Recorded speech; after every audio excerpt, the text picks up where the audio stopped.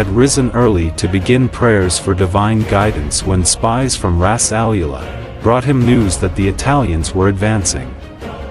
The emperor summoned the separate armies of his nobles and with the Empress Taytu betul beside him, ordered his forces forward.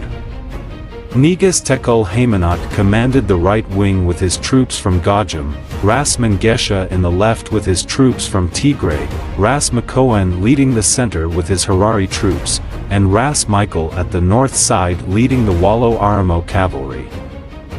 In the reserves on the hills just west of Adwa, were the Emperor Menelik and Empress Taytu, with the warriors of Ras Oli and Wags Humgwangal.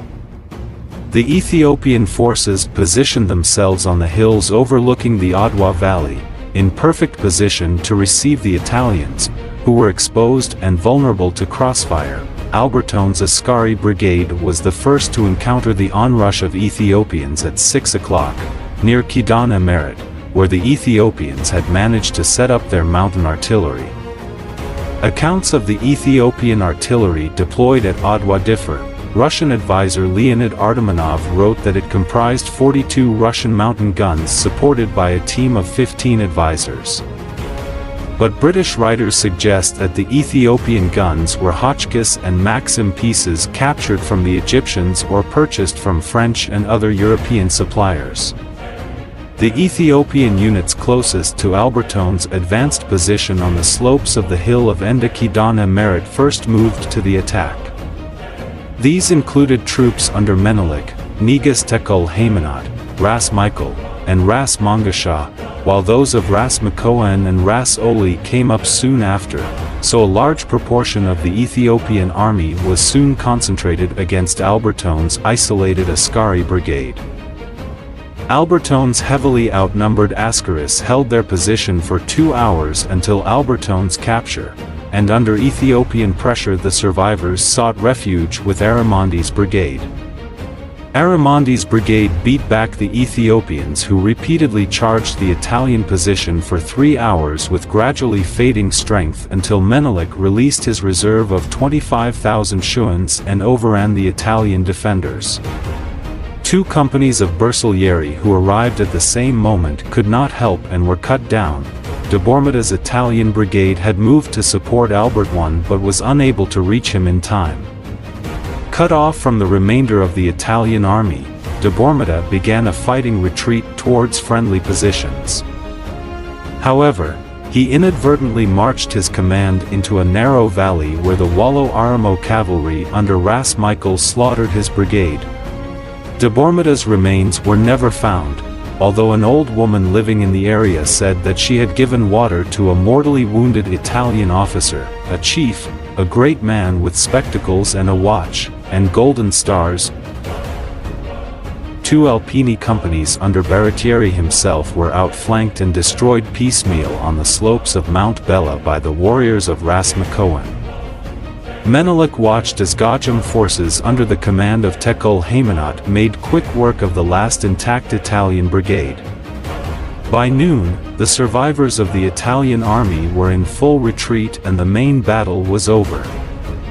The Ethiopian pursuit continued for 9 miles until the late afternoon, while local peasants alerted by signal fires killed Italian and Askari stragglers throughout the night.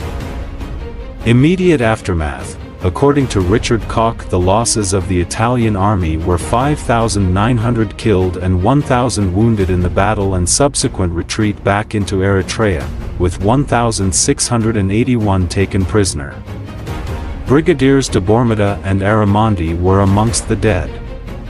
Koch records that Ethiopian losses were 3,886 killed and 6,000 wounded. In their flight to Eritrea, the Italians left behind all of their artillery and 11,000 rifles, as well as most of their transport. As Paul B. Hens notes, Baratieri's army had been completely annihilated while Menelik's was intact as a fighting force and gained thousands of rifles and a great deal of equipment from the fleeing Italians. The Italian prisoners, who included Brigadier Albert I, appear to have been treated as well as could be expected under difficult circumstances, though about 200 died of their wounds in captivity. However, 800 captured Eritrean Askari, regarded as traitors by the Ethiopians, had their right hands and left feet amputated. Augustus Wilde records when he visited the battlefield months after the battle, the pile of severed hands and feet was still visible, a rotting heap of ghastly remnants. Further, many Askari had not survived their punishment, Wilde writing how the neighborhood of Adwa was full of their freshly dead bodies. They had generally crawled to the banks of the streams to quench their thirst, where many of them lingered unattended and exposed to the elements until death put an end to their sufferings. There does not appear to be any evidence for reports that some Italians were castrated, and these may reflect confusion with the atrocious treatment of the Askari prisoners. Baratieri was relieved of his command and later charged with preparing an inexcusable plan of attack and for abandoning his troops in the field. He was acquitted on these charges but was described by the court-martial judges as being entirely unfit for his command. Public opinion in Italy was outraged. Chris Prouty offers a panoramic overview of the response in Italy to the news. When news of the calamity reached Italy, there were street demonstrations in most major cities. In Rome, to prevent these violent protests, the universities and theaters were closed. Police were called out to disperse rock throwers in front of Prime Minister Crispi's residence. Crispi resigned on March 9. Troops were called out to quell demonstrations in Naples. In Pavia, crowds built barricades on the railroad tracks to prevent a troop train from leaving the station. The Association of Women of Rome, Turin, Milan and Pavia called for the return of all military forces in Africa. Funeral masses were intoned for the known and unknown dead. Families began sending to the newspapers letters they had received before Adwa, in which their menfolk described their poor living conditions and their fears at the size of the army they were going to face. King Umberto declared his birthday, March 14, a day of mourning. Italian communities in St. Petersburg, London, New York, Chicago, Buenos Aires and Jerusalem collected money for the families of the dead and for the Italian Red Cross.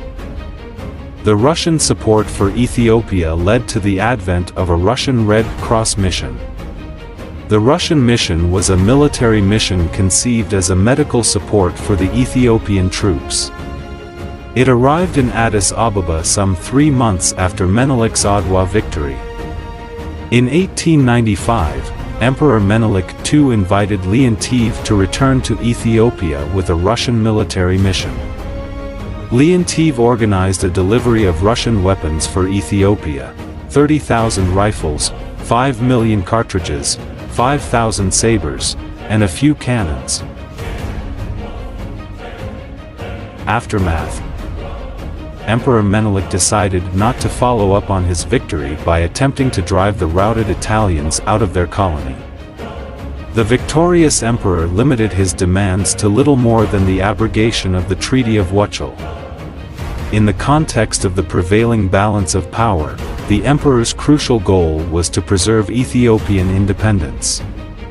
In addition, Ethiopia had just begun to emerge from a long and brutal famine. Harold Marcus reminds us that the army was restive over its long service in the field, short of rations, and the short rains which would bring all travel to a crawl would soon start to fall. At the time, Menelik claimed a shortage of cavalry horses with which to harry the fleeing soldiers. Chris Prouty observes that a failure of nerve on the part of Menelik has been alleged by both Italian and Ethiopian sources.